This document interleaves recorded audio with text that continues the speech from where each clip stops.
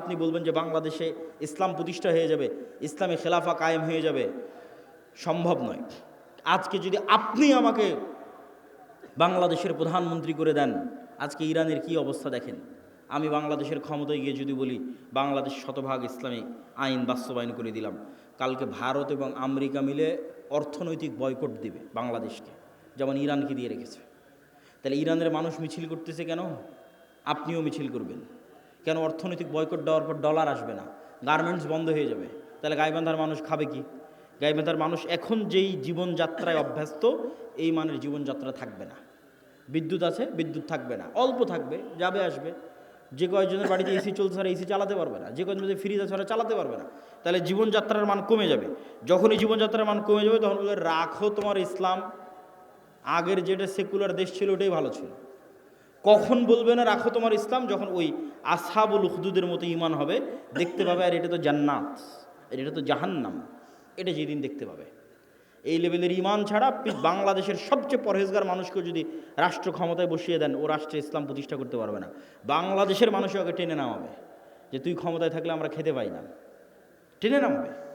কিন্তু যখন মনে করবে যে আমি খেতে পাচ্ছি না, এটাই কোরআনের ওই আয়াত, আম হাসিবতুম আন তাদখুলুল জান্নাহ ওয়ালাম্মা ইয়াতিকুম মাসালুল লাযীনা খালাউ মিন ক্বাবলিকুম মাসাতহুমুল বাসা ওয়াদ দাররা ওয়া যুলজিলু হাত্তা ইয়াকুলার রাসূলু ওয়াল লাযীনা আমানু মাআহু মাতা নাসরুল্লাহ। দুনিয়ার মানুষ, জান্নাত কি তোমাদের নানির বাড়ি?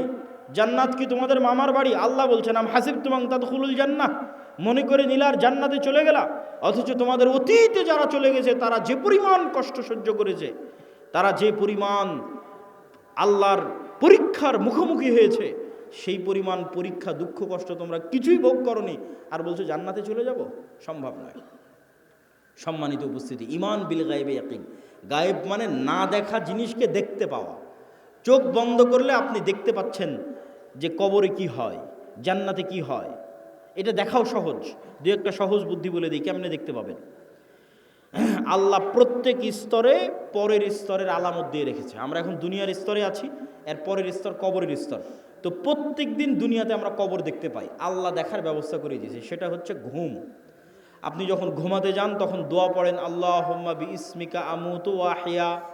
আল্লাহ তোমার নামে ঘুমাতে যাচ্ছি। জি না, যদি হতো আল্লাহ তোমার নামে ঘুমাতে যাচ্ছে, তাহলে আরবি হতো আল্লাহুম্মা বিইসমিকা আনামু ওয়া আইকাজ।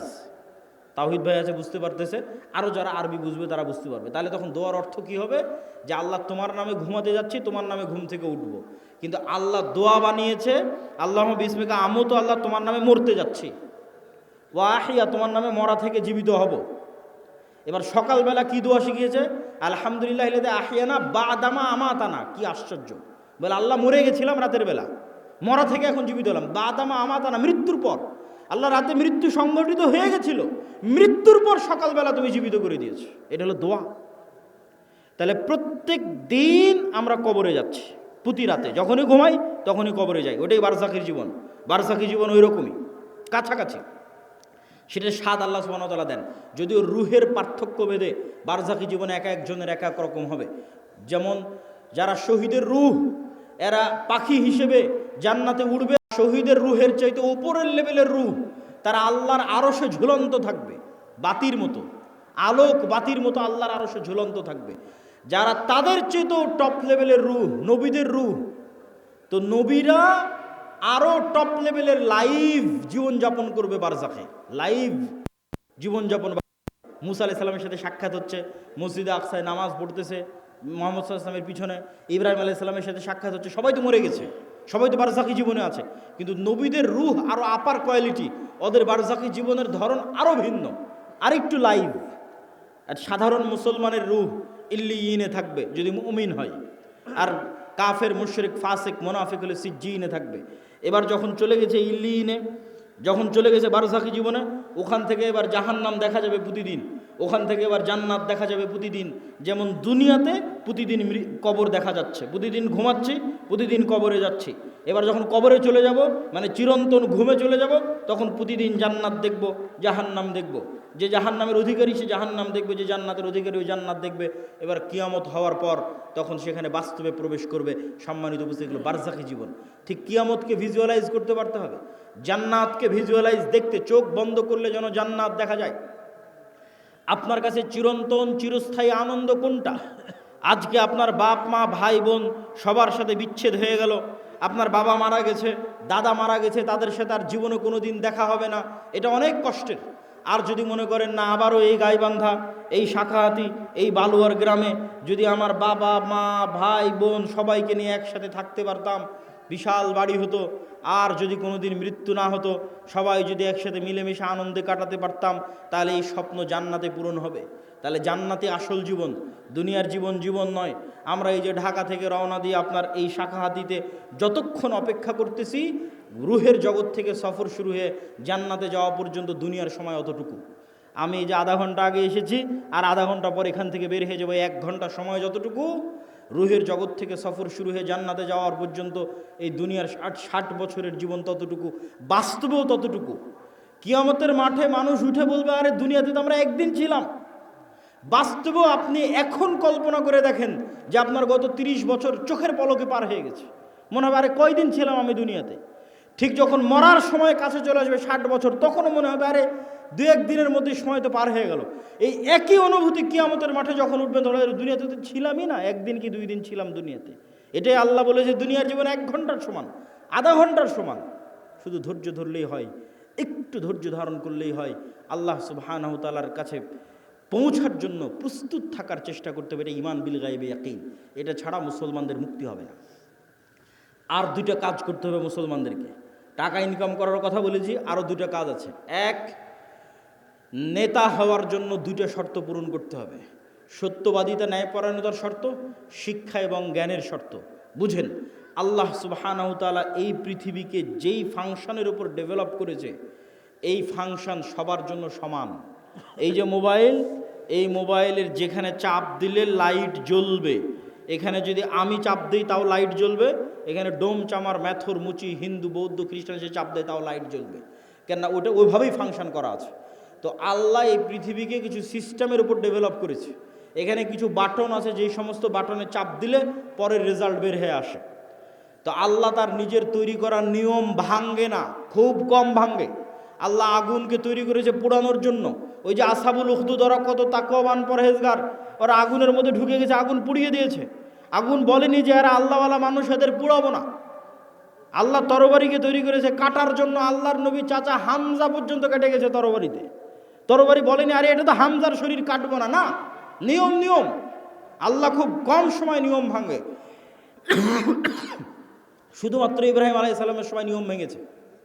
আগুনকে বলছে, আগুন কুলনা ইয়া নারু কুনি বারদাম ওয়া সালামান আলা ইব্রাহিম, তোমার কাজ পোড়ানো, তবে আজকে নয়। কিন্তু সাধারণত আল্লাহ নিয়ম ভাঙে না।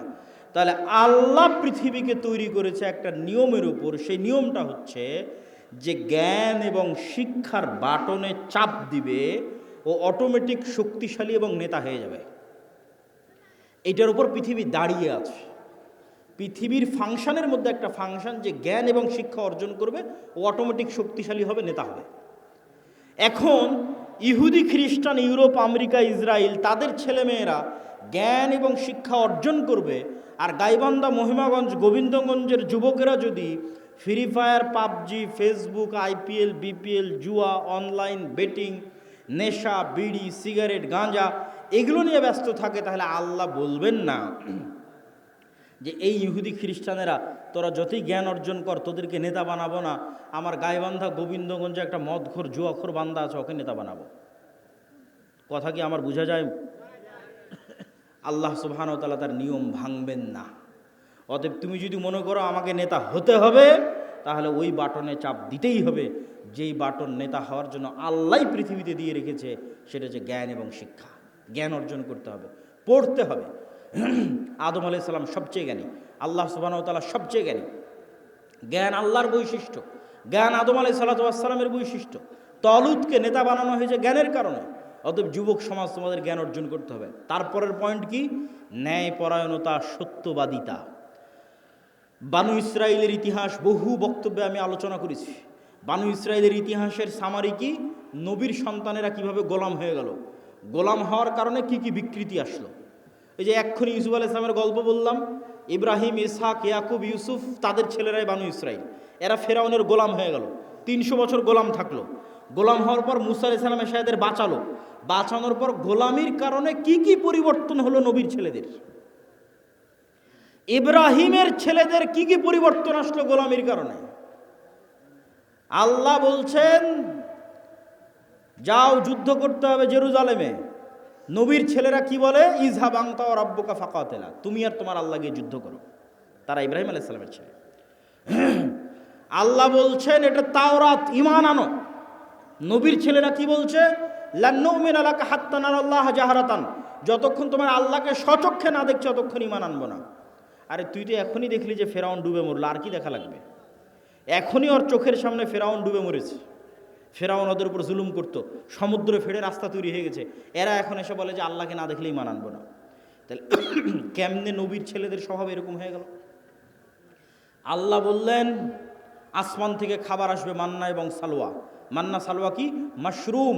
যেই মাশরুমের 1 কেজির দাম 4 থেকে 5 লক্ষ টাকা আজকের বাজারে। আর বিশেষ এক প্রকার কোয়েল পাখির মতো ছোট সুস্বাদু পাখির গোস্ত জান্নাত থেকে আসতো। তারা বলল লান নাসবিরা আলা তুআমিন ওয়াহিদ, এই এক খাবার প্রত্যেক দিন ভালো লাগে না মুসা, তোমার আল্লাহকে বলো এই মরুভূমির বালুর মধ্যে পেঁয়াজ রসুন বের করে দিতে, ডাল চাউল বের করে দিতে মরুভূমির বালুর মধ্যে। আল্লাহ বললেন মরুভূমির বালুতে হবে না, জেরুজালেম ফিলিস্তিন আছে, যুদ্ধ করে বিজয় করো। এদের যখন যুদ্ধ করে বিজয় করলো না, এদের উপর গজব আসলো 40 বছর। শুধু নবীর ছেলেদের অবস্থা দেখেন, গোলামির কারণে কীরকম হয়ে গেছে তাদের অবস্থা। 40 বছর পাগলের মতো ঘোরার পর ইউসা বিন নুনের হাতে তওবা ইস্তেগফার করে এরা যুদ্ধ করেছে, লম্বা ঘটনা। আল্লাহ সূর্য থামিয়ে দিয়ে বিজয় দিয়েছে। এবার আল্লাহ বলছে শোনো, তোমাদের বিজয় দিলাম, তোমরা জেরুজালেমে প্রবেশ করার সময় মুখে বলবা হিত্তাতুন নাগফির লাকুম, আর মাথা দিবা সামনে, নিচু করবা, সিজদা অবস্থায় যাবা। হিত্তাতুন হিব্রু ভাষা, মানে আল্লাহ মাফ করে দাও, আস্তাগফিরুল্লাহ। এরা কি করলো, ঢোকার সময় পিছন আগে দিল, মুখে বলল হিনতাতুন, গমের দানা। কোরআনে এগুলো বর্ণনা করা আছে, কোরআন থেকে বলতেছে। কি অবস্থা দেখেন নবীর ছেলেদের। এই ধোকাবাজি, এই 2 নম্বরই কোথায় শিখলো? ফেরাউনের গোলামি করতে গিয়ে ধোকাবাজি 2 নম্বরই শিখেছে। তাহলে ধোকাবাজি 2 নম্বরই, ছল চাতুরি, গোলামির স্বভাব। স্বাধীন আত্মমর্যাদা সম্পন্ন মানুষ 2 নম্বরই রাস্তা জানে না। স্বাধীন আত্মমর্যাদা সম্পন্ন মানুষ মিথ্যা জানে না। স্বাধীন আত্মমর্যাদা সম্পন্ন মানুষ দুর্নীতি জানে না। আব্দুল মুত্তালেব কাফের মুশরিক, আবু তালেব কাফের মুশরিক। ইতিহাস খুঁজে দেন যে আব্দুল মুত্তালেব দুর্নীতিগ্রস্ত। ইতিহাস খুঁজে নিয়ে আসেন, ইতিহাস খুঁজে নিয়ে আসেন। মুহাম্মদ সাল্লাল্লাহু আলাইহি ওয়াসাল্লামের চাচা আবু তালেব 2 নম্বর মিথ্যুক। কঠিন আছে, খুঁজে নিয়ে আসা কঠিন আছে। কেন আব্দুল মুত্তালেব আবু তালেব এরা কাফের মুশরিক হলো ইসমাইলের সন্তান। বানু ইসরাইল ইসহাকের সন্তান, ইব্রাহিমের এক ছেলে ইসহাকের সন্তান, আর এরা ইব্রাহিমের আর এক ছেলে ইসমাইলের সন্তান। আল্লাহর দয়ায় ইসমাইলের ছেলেরা কোনোদিন কারো গোলাম ছিল না। কেন গোলাম ছিল না? আরে মক্কাতে না আছে পানি, না আছে নদী, না আছে সমুদ্র, না আছে ফল ফসল, কি আছে মক্কায় যে কে এসে মক্কা দখল করবে? কেউ মক্কা দখল করেনি। আব্রাহা একবার চেয়েছিল যে এখানে কেন মানুষ ইবাদত করতে যায়, আমি ইয়েমেনে ইবাদতের ঘর তৈরি করব, আমার এখানে ইবাদত করতে আসবে। তো ওখানে মানুষ ইবাদত করতে যায়নি, তো কাবা ঘর ভাঙতে গেছিল আব্রাহা, একবারই। তা বাদে কেউ ইসমাইলের সন্তানদেরকে কেউ গোলাম বানায়নি। এই জন্য ইসমাইলের সন্তানেরা অধিকাংশই, 2-1 জনের কথা বলা যাবে না, অধিকাংশই জন্মগত মিথ্যা, ধোঁকা জানত না। তাহলে কি দাঁড়ালো বানু ইসরাইলের সামারি আর মুহাম্মদ সাল্লাল্লাহু আলাইহি ওয়াসাল্লামের বাপ দাদা আর বানু ইসমাইল, ইসমাইলের সন্তানের সামারি? যে গোলামি করে, গোলামি থেকে কি স্বভাব আসে? দুর্নীতি, 2 নম্বরই, ধোঁকাবাজি, মিথ্যা। আর যে নেতা, যে নেতৃত্ব দিবে, সে মিথ্যা জানে না, সে দুর্নীতি জানে না, সে 2 নম্বরই জানে না, সে ধোঁকাবাজি জানে না। এবার চলে আসেন আমাদের কাছে। ব্রিটিশেরা দেখলো, আমেরিকা দেখলো যে মুসলমানেরা যদি একবার সত্য বলা শিখে যায়, মুসলমানেরা যদি একবার ন্যায় প্রতিষ্ঠা করা শিখে যায়, তাহলে তো পৃথিবীতে আমাদের থাকার জায়গা হবে না। তাহলে মুসলমানদের এমন সিস্টেমের মধ্যে ফেলে দাও যেন ওরা কোনোদিন সত্য বলা শিখতেই না পারে। মুসলমানদের একটা নেতাও যেন সত্যবাদী, ন্যায়পরায়ণ না হয়। তাহলে কি দিতে হবে? গণতন্ত্র। কেমনে গণতন্ত্র, কেমনে গোলাম তৈরি করে? গণতন্ত্র এমন এক সিস্টেম যেখানে এক দলের নেতা আর এক দলের নেতার বিরুদ্ধে বলবে তো বলবেই, একই আসনের মনোনয়ন প্রার্থী একই দলের, আর বাকি মনোনয়ন প্রার্থীগুলোর বিরুদ্ধে যদি 2 নম্বরই না করে, মিথ্যা না বলে, টাকা পয়সার লেনদেন না করে, লিয়াজু লবি মেনটেন না করে, তাহলে মনোনয়নই নিয়ে আসতে পারবে না। বাস্তব মাঠের পরীক্ষা। আর ইশতেহারে দল নিজেও জানে বাস্তবায়ন করতে পারবে না, মিথ্যা ওয়াদা দিবে। মিথ্যা না বলা শিখলে ভোট পাবে না। আর যারা ভোটার সেও মিথ্যা ওয়াদা দিবে। যত এমপি প্রার্থী আসবে, হ্যাঁ ভাই আপনাকে ভোট দেব, 500-1000 টাকা, 500-1000 টাকা, হ্যাঁ আপনাকে ভোট দেব। ভোটারও মিথ্যুক, এমপিও মিথ্যুক, মনোনয়ন প্রার্থীও মিথ্যুক, এবং সবাই লিয়াজু, লবি, 2 নম্বরই রাস্তা, ধোঁকাবাজি, এগুলো একদম ভোটের দিন পর্যন্ত যদি না করে ও জিতেও আসতে পারবে না। তাহলে এই গণতান্ত্রিক পদ্ধতিতে 300 এমপি নির্বাচিত হয়ে গেল। এখন বানু ইসমাইল আর বানু ইসরায়েলের এই যে আগের ফরম্যাট আপনাকে দিয়ে দিলাম, এই ফরম্যাট অনুযায়ী আপনি বলেন যে এই 300 এমপি নেতা না গোলাম? একটু জোরে বলতে হবে, নেতা না গোলাম? গোলাম। এইটা যদি একবার বুঝে গেছেন, তাহলে বুঝে গেছেন যে মুসলমানদের সমস্যা কোথায়, মুসলমানদের কাজ কি। এবার তো নেতাদের অনেক দোষ ত্রুটি বললাম, এবার একটু আমাদের দোষ ত্রুটি খুঁজি। আমরা কেমনে বুঝবো যে আমি ন্যায়পরায়ণ আছি কিনা, আমি নেতা হতে পারবো কিনা, আমি সত্যবাদী কিনা? দেখেন, দেশ ঠিক করতে ওসি, ডিসি, এসপি, মন্ত্রী, সচিবালয়ে যারা থাকে এরাই আসল। ক্ষমতায় ডক্টর ইউনূস 2 বছরের জন্য, আগের সরকার 16 বছরের জন্য, নতুন যারা আসবে 5 বছরের জন্য। কিন্তু এই আর্মি, পুলিশ, কোর্ট, জজ, সচিবালয়ে যারা আছে এদের কারো চাকরি যায়নি, এরাই থাকবে। তো এরা যদি বলে যে আমরা আজ থেকে দুর্নীতি করবো না, আজ থেকে সত্যবাদী, আজ থেকে ন্যায়পরায়ণ, তো দেশে তো 80% ইসলাম কায়েম হয়ে যাবে। ইসলাম কায়েম হওয়া মানে কি, এটাও বুঝতে হবে। ইসলাম কায়েম হওয়া মানে, যদি মনে করেন সবাই 5 ওয়াক্ত সালাত আদায়কারী হবে, ঠিক আছে, সমস্যা নেই। যদি মনে করেন সবাই পর্দা করবে, ঠিক আছে, সমস্যা নেই। কিন্তু কল্পনা করেন যে আজকে গাইবান্ধার 100% মানুষ আজ থেকে 5 ওয়াক্ত সালাত আদায় করতেছে, আর গাইবান্ধার আজকে সব নারী পর্দা করতেছে, কিন্তু এদের অধিকাংশই এখনও 2 নম্বরই করতেছে, মিথ্যা বলতেছে, অন্যের সম্পদ দখল করে নিচ্ছে, দুর্নীতি করতেছে। তাহলে এখানে ইসলাম কায়েম হয়েছে? ইসলাম কায়েম হয়নি। এবার আপনি বুঝবেন কেন বললাম ওসি, ডিসি, এসপি এরা যদি আজ থেকে 100% সৎ হয়ে যায়, তাহলে 80% ইসলাম কায়েম হয়ে যাবে। শুধু কি তাই, এই ওসি, ডিসি, এসপি, মিনিস্টার, সচিবালয় যারা আছে, এরা আল্লাহকে ধোঁকা দিতে চায়, মানুষকে ধোঁকা দিতে চায়। 2 নম্বরই উপায়ে টাকা ইনকাম করে সেই টাকা দিয়ে হজ করে পাপ ক্ষমা করতে চায়। নাউজুবিল্লাহ। এই পাগলদেরকে কে বুঝাবে যে তুমি যে অবৈধ টাকা দিয়ে হজ করছো, ওটা তো কবুল হয়নি, কোনো সমস্যা নাই। তোমার মনের স্বাদ যে তুমি হজ করবা, তোমার মনের স্বাদ যে তুমি একটু মসজিদ কমিটির মেম্বার হবা, টাকা পয়সা দিবা, দান করবা, তো তুমি দান করে জানে কি পাবা, হজ করে জানে কি পাবা, তার চেয়ে তো সিক্রেট তোমার কাছেই আছে, এর চেয়ে বেশি নেকি পাওয়ার। সেটা কি? রাসূল সাল্লাল্লাহু আলাইহি সাল্লাম বলছেন, সাবআতু ইউদিল্লুহুমুল্লাহ ইয়াউমা লা দিল্লা ইল্লা দিল্লুহ, ইমামুন আদিল, যে 7 শ্রেণীর মানুষকে আল্লাহ বিশেষ ছায়া দিবে। তার 1 নম্বরে তাহাজ্জুদ গুজারকে অতিক্রম করে 1 নম্বরে চলে গেছে, দানবীরকে অতিক্রম করে 1 নম্বরে চলে গেছে, যে ওসি তার পদে বসে কিন্তু চুল পরিমাণ অন্যায় করে না, মিথ্যা বলে না। আল্লাহু আকবার। যে ডিসি, যে এসপি, যে প্রিন্সিপাল তার পদে বসে কিন্তু চুল পরিমাণ অন্যায় করে না, মিথ্যা বলে না, এটা 1 নম্বরে চলে গেছে, ইমামুন আদিল। তাহলে তুমি অন্যায় উপায়ে সুদ ঘুষ নিয়ে টাকা ইনকাম করে হজ দান করতে চাচ্ছ, এটা তো চরম বোকামি। তুমি যেখানে দায়িত্ব পালন করছো ওখানে সত্যবাদিতার ন্যায়ের সাথে দায়িত্ব পালন করো, ওটাই ইবাদত। এবার আপনাদেরকে বলি, আপনি আপনার একটা উদাহরণ, আপনার বোনকে আপনার পিতার সম্পত্তিতে ন্যায়ের সাথে সম্পত্তি বুঝিয়ে দিয়েছেন কিনা? যদি হ্যাঁ হয় তাহলে আপনার নেতা হওয়ার সম্ভাবনা আছে, যদি না হয় তাহলে আপনার মধ্যে বানু ইসরাইলের গোলামির স্বভাব বিরাজ করতেছে, আপনি গোলাম, আপনার পরবর্তী 14 প্রজন্ম গোলাম। নেতা হতে চাইলে আগে নিজেকে ন্যায়পরায়ণ হতে হবে, যে না, আমার বাবা যা জমি দিয়ে গেছে আমি আজকেই ন্যায়ের ভিত্তিতে আমার বোন যা পায় সেটা আমি বুঝিয়ে দেব। আমি কি আমার স্ত্রীর সাথে ন্যায় করি, আমি কি আমার বাপ মায়ের সাথে ন্যায় করি, আমি কি আমার ছেলে মেয়ের সাথে ন্যায় করি। এইভাবে যখন ন্যায় প্রতিষ্ঠার চ্যালেঞ্জে আন্দোলন তৈরি হবে যে আমরা ন্যায় প্রতিষ্ঠা করব সমাজের রুট লেভেল থেকে টপ লেভেল পর্যন্ত, এমনি রাষ্ট্রে ইসলাম কায়েম হয়ে যাবে, 80% ইসলাম কায়েম হয়ে যাবে, এবং এরাই নেতা হবে। এখান থেকে নেতৃত্বের শুরু হবে। ওসমান হাদি, যাকে গুলি করে হত্যা করা হয়েছে, সে নির্বাচিত কোনো এমপিও নয়, সে বড় কোনো দলের নেতাও নয়, তার কোনো লাখ লাখ কর্মী বাহিনীও নাই, তাহলে তাকে গুলি করে হত্যা করা হলো কেন? এইটার ক্ষমতা, এটা দেখে আপনি বুঝবেন যে সত্যবাদিতার ন্যায়পরায়ণতার ক্ষমতা কী। সত্যবাদিতা এবং ন্যায়পরায়ণতা থাকলে মানুষ যে আসল নেতা হয়, মানুষ যে প্রকৃত নেতা হয়, তার প্রমাণ হচ্ছে ওসমান হাদি। এই রকম যুবক লাগবে। আজকের বক্তব্যে যতগুলো পয়েন্ট তুলে ধরেছি, একটা একটা করে পয়েন্ট আপনারা মিলান। 1 নাম্বার, যার ঈমান বিল গায়বে ইয়াকিন আছে। 2 নাম্বার, যার শতভাগ তাওহীদ আছে।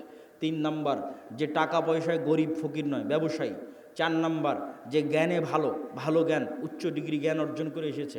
5 নাম্বার, যে সত্যবাদী ন্যায়পরায়ণ, জ্ঞানকে বিক্রি করে না, টাকাকে অন্যায় উপায়ে লাগায় না। এই রকম যদি 500 যুবকও তৈরি হয়, তাহলে এই 500 যুবকই বিপ্লব তৈরি করে ফেলতে পারবে, শুধু বাংলাদেশে নয়, সারা পৃথিবীতে। ইনশাআল্লাহ বলেন ইনশাআল্লাহ।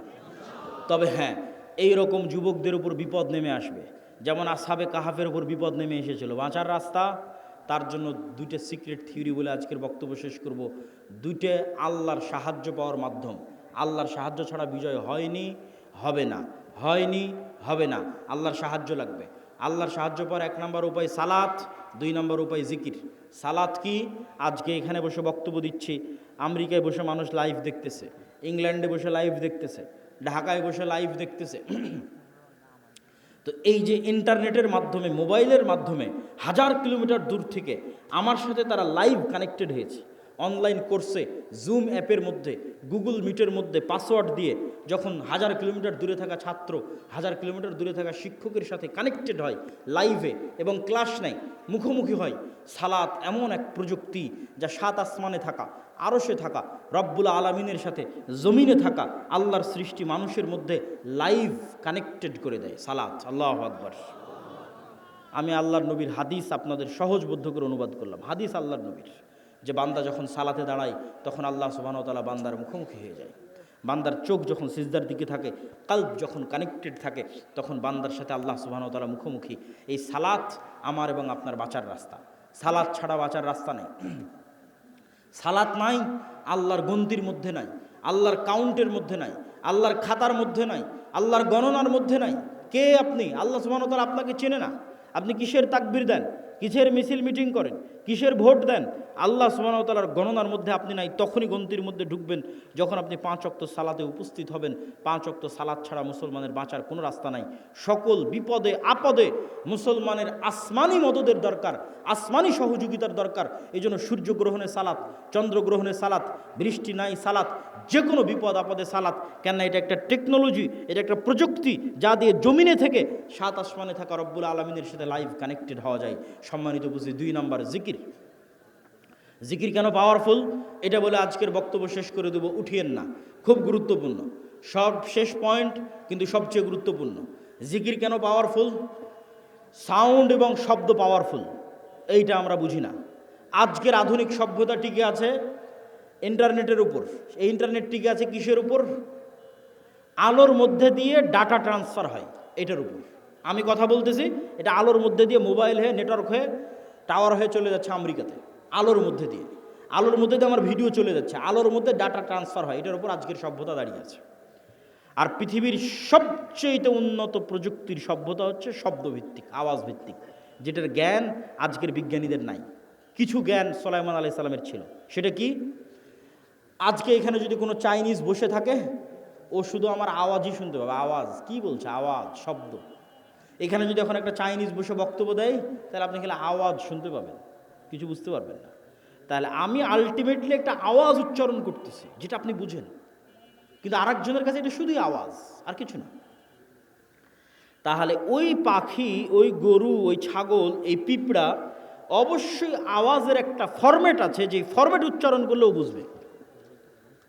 আওয়াজের একটা ফরম্যাট আমি এখন উচ্চারণ করছি, আপনি বুঝতেছেন। আর একটা ফরম্যাট কি? মাই নেম ইজ আব্দুল্লাহ, এটা আরেকটা ফরম্যাট আওয়াজের। আর একটা ফরম্যাট কি? আনা আব্দুল্লাহ, এটা আরেকটা ফরম্যাট। শুধু আওয়াজ, ফরম্যাট চেঞ্জ হচ্ছে, আরবি, বাংলা, ইংরেজি। এইরকমই একটা ফরম্যাট চেঞ্জ হবে। তাহলে পিঁপড়া যে উঠতে হাঁটতেছে, ওই যে মশা বসে আছে, ও বুঝবে যেটা কি আওয়াজ দিল রে। মশা তুমি উড়ো তো, ও বুঝতে পারবে, উড়ে চলে যাবে। ওই আওয়াজটা আমি জানি না, এই আওয়াজটা সুলাইমান আলাইহিস সালাম জানতেন, আল্লাহ দিয়েছিলেন। তাহলে আওয়াজ সবচেয়ে টপ লেভেলের প্রযুক্তি, যার উপর দিয়ে প্রযুক্তি হয় না। একটা উদাহরণ বলি, সুলাইমান আলাইহিস সালাতু ওয়াস সালাম বললেন, রানী বিলকিসের সিংহাসনকে নিয়ে আসতে হবে। ইফরিত নামক জিন বলল, আমি নিয়ে আসব, আপনি এখানে বসে আছেন, বসা থেকে উঠার পূর্বে নিয়ে আসব। সুলাইমান আলাইহিস সালামের পছন্দ হয়নি। আল্লাযী ইনদাহু ইলমুম মিনাল কিতাব, সে বলল, আরেকজন বলল, চোখের পলক পড়ার পূর্বে নিয়ে আসব। তো ওর বর্ণনা দিতে গিয়ে আল্লাহ কোরআনে বলছে, যার কাছে কিতাবের জ্ঞান আছে সে বলল, সে মানুষ কি জিন আল্লাহ ভালো জানে। আল্লাহ বলছেন, যার কাছে কিতাবের জ্ঞান আছে সে বলল, চোখের পলক পড়ার পূর্বে সিংহাসন আপনার সামনে উপস্থিত হবে। তাহলে ইফরিত নামক জিন গায়ের জোরে সিংহাসন নিয়ে আসতে চেয়েছে। আর যে বলল, যার কাছে কিতাবের জ্ঞান আছে, এখন জ্ঞানের জোরে সিংহাসন নিয়ে আসবে। এ আবার কি জ্ঞান? কোরআনের ধারা বিবরণী তাই বলছে, জ্ঞানের জন্য। অনেক মুফাসসির লিখেছেন যে তার কাছে লাউহে মাহফুজের বিশেষ জিকির, সাউন্ড, আল্লাহর বিশেষ জিকিরের জ্ঞান তার ছিল, যে জিকির উচ্চারণের মাধ্যমে চোখের পলকে রানী বিলকিসের সিংহাসন সুলাইমান আলাইহিস সালাতু ওয়াস সালামের দরবারে উপস্থিত হয়ে গেছে। জিকির যে পাওয়ারফুল, শব্দ যে পাওয়ারফুল, তার আরও 3টে উদাহরণ দেন। আল্লাহ আসমান জমিন সব কিছু ধ্বংস করে কিয়ামত কায়েম করবে ইসরাফিলের বাঁশির আওয়াজে, শব্দ দিয়ে। শব্দ সব চূর্ণ বিচূর্ণ হয়ে যাবে। সব মানুষ মরে গেছে, ফেরেশতা মরে গেছে, সব শেষ। এবার নতুন করে সবাইকে জীবিত করা হবে। তখনও ইসরাফিলকে তৈরি করে ইসরাফিলের বাঁশির আওয়াজ দিয়ে সবকে কবর থেকে উঠানো হবে। আওয়াজ, সাউন্ড। 3 নম্বর দলিল, যেটিতে বক্তব্য শেষ করে দেবো, আল্লাহ সুবহানাহু ওয়া তাআলা বলছেন, ইউসাব্বিহু লিল্লাহি মা ফিস সামাওয়াতি ওয়া মা ফিল আরজ।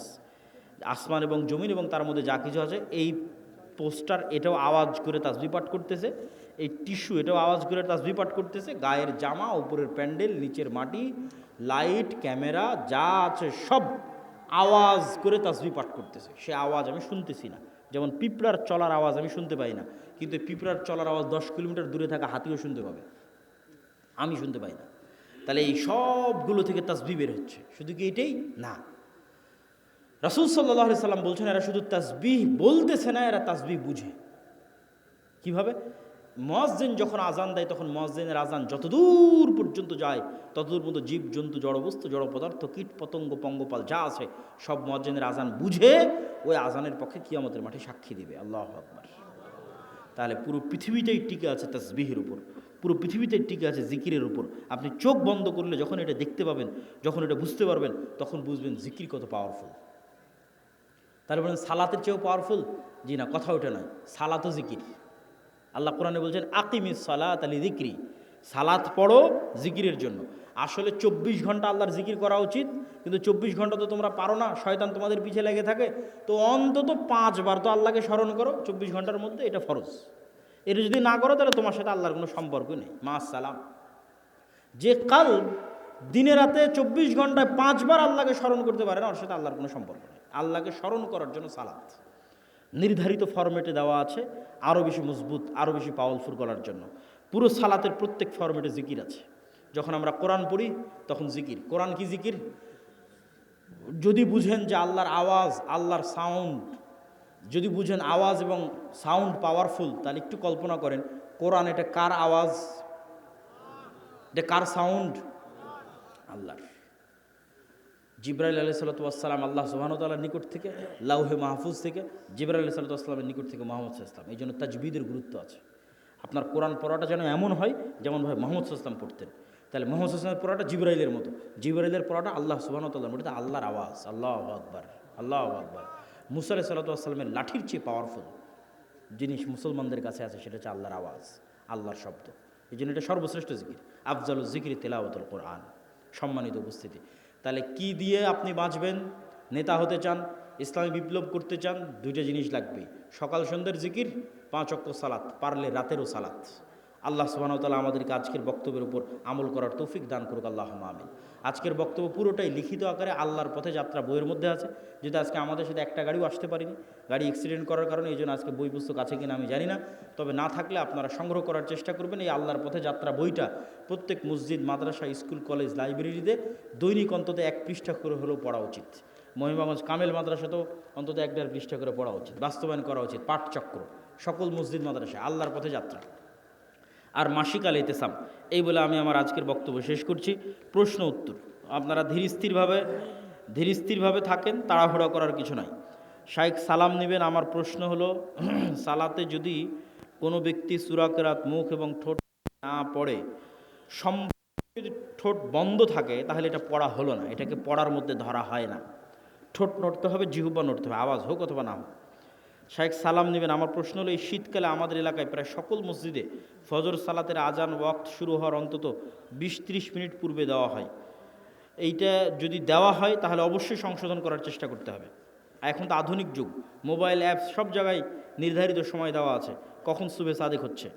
কোনো ব্যক্তি ব্যাংকে টাকা রেখে কিছু সুদসহ মূলধন ফেরত পেয়েছে, উক্ত সুদের টাকা গ্রাহক নিতে ইচ্ছুক, তবে কি তিনি উক্ত টাকা কোনো অনিচ্ছুক নিকট আত্মীয় এতিমকে দান করে দিতে পারবেন? মানুষকে দিয়েন না, জনকল্যাণমূলক কাজে নেকির আশা ছাড়া ব্যয় করে দেন। সেটা যেমন ব্রিজ, কালভার্ট, টয়লেট, বাড়িঘর, এগুলো খাওয়ার মধ্যে দিয়েন না। শায়েখ, আমি বিভিন্ন সমস্যার সম্মুখীন, এমন অবস্থা বেশি বেশি দান করতে পারছি না। এমত অবস্থা একটা আমল শিখিয়ে দিন যা বিপদ থেকে রক্ষা করবে। সকল আমলকে কভার দিতে পারে জিকির।